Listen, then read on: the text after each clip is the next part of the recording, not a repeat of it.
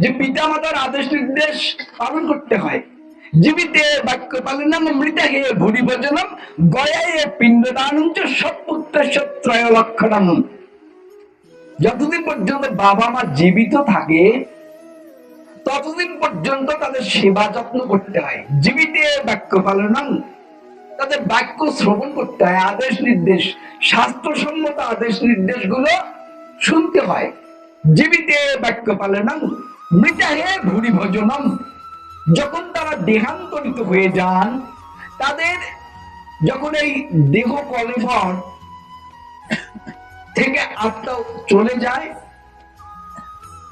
তাদের বিদেহী আত্মার মঙ্গলার্থে আমরা কি করি? নরনারায়ণ সেবা দেই। তাই শাস্ত্র বলছে জীবিতে বাক্য পালনম মৃতাহে ভূরি ভোজনম গয়ায়ে পিণ্ডদানম চ সৎপুত্রস্য ত্রয় লক্ষণম। একজন সৎপুত্রের তিনটা কাজ। তাহলে জীবিতে বাক্য পালন করবে, বাবা মার বাক্য পালন করবে, আদেশ নির্দেশ মেনে চলবে।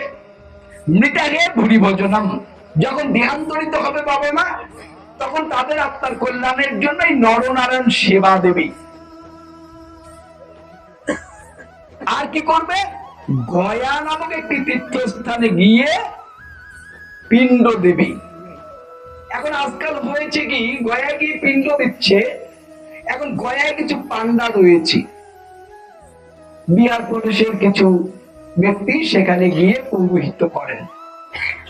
তো ওনারা গয়া মাহাত্ম্যকে বেশি করে প্রকাশ করতে গিয়ে অনেক সময় অশাস্ত্রীয় নির্দেশনা দিয়ে ফেলেন। বলেন যে গয়ায় পিণ্ড দিলে আর বাড়িতে গিয়ে তোমাদের বাবা মায়ের একদৃষ্ট করতে হবে না। প্রতি সংবৎসরে, প্রতি বৎসর আমরা যে বাবা মার আত্মার কল্যাণে শ্রাদ্ধাদি করি, এটি নাকি করতে হয় না, ও ওনারা বলে দেয় আর মানুষ বিভ্রান্ত হয়ে যায়। অথচ আমাদের জানা উচিত যে শাস্ত্রই তো আমাদের শাসন করবে।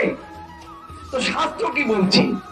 শাস্ত্র বলছে তুমি প্রতি বছর যাবৎ তুমি বেঁচে থাকবে তাবৎ তুমি তোমার ওই বিদেহী বাবা মার আত্মার কল্যাণে পিণ্ড দেবে। এখন যুক্তি ছাড়া কথা বললে তো মানা যাবে না।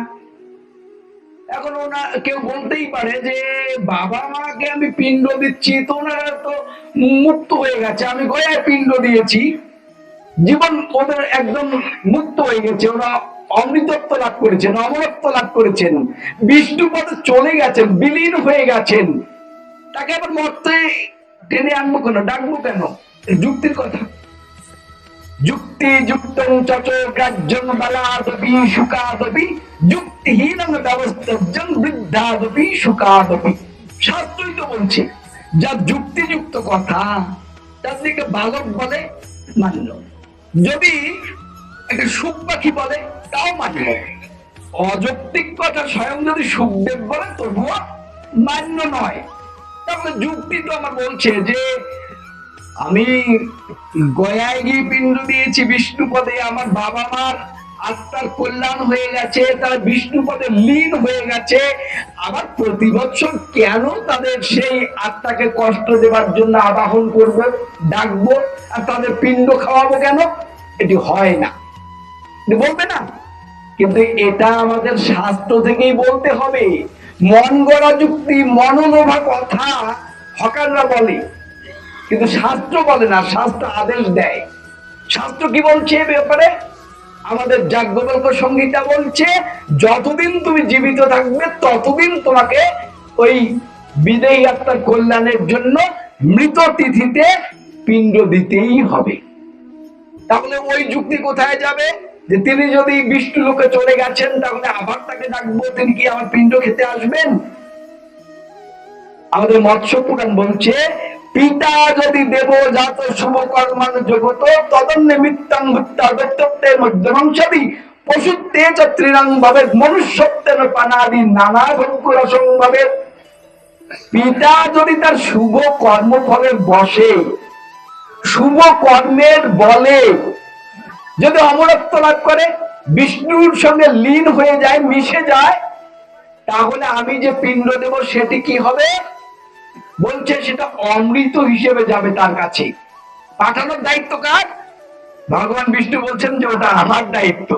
তুমি চাল গোলার পিণ্ড দিও আমি তোমার বাবা যেমন কর্ম করেছেন, যে স্থানে গমন করেছেন, সেই স্থানের খাদ্য হিসেবে সেটাকে আমি পাঠিয়ে দেব। পিতা যদি দেবজাত, পিতা যদি দেবত্ব প্রাপ্ত হয়, তবু তোমার ওই চাল কলার পিণ্ড আমি তার কাছে অমৃত হিসেবে পাঠিয়ে দেব। শুভ কর্মের ফলে সে যদি দেবত্ব প্রাপ্ত হয়, তোমার দিয়ে অন্নপিণ্ড আমি তার কাছে অমৃত হিসেবে পাঠিয়ে দেব। আমি পঙ্কজ ভদ্র বলছি না, কে বলছেন? স্বয়ং ভগবান বলছেন। কোথায় বলছেন? মৎস্য পুরাণে বলছেন, পিতা যদি দেবজাত শুভ কর্মানি জগত তদন্নে মিত্তং মিথ্যা দত্তত্বে মধ্যবংশাদি। আর যদি সে দৈত্যজনি পায় তার কর্মদোষে, বলছে যে তাহলে রক্ত মাংস হিসেবে ওই দৈত্যজনির খাদ্য রূপে তোমার দেয়া চাল কোলা আমি তার কাছে পাঠিয়ে দেব। আর যদি সে পশুজনি প্রাপ্ত হয়, তখন কি হবে? বলছে তুমি ভয় পেও না, তোমার দেওয়া ওই চাল কলার পিণ্ড তার কাছে যাবে তৃণলতা হিসেবে। পশুদের যা খাদ্য সেই রূপেই আমি তোমার ওই দেয়া দ্রব্য তার কাছে পাঠিয়ে দেব। আবার যদি সে মনুষ্য জন্ম পায়, বলছে নানা ভোগ্য রসম্ভাবে, মানুষ যত প্রকারের খাদ্য খায় অত প্রকারের স্বাদ সৃষ্টি করে আমি ওই তোমার পিণ্ড তার কাছে পাঠিয়ে দেব। তোমার কর্তব্য পিণ্ড দেয়া, পাঠিয়ে দেওয়ার দায়িত্ব কার? ভগবানের। তাহলে আমরা দেখছি যে প্রতি বছরই মৃত তিথিতে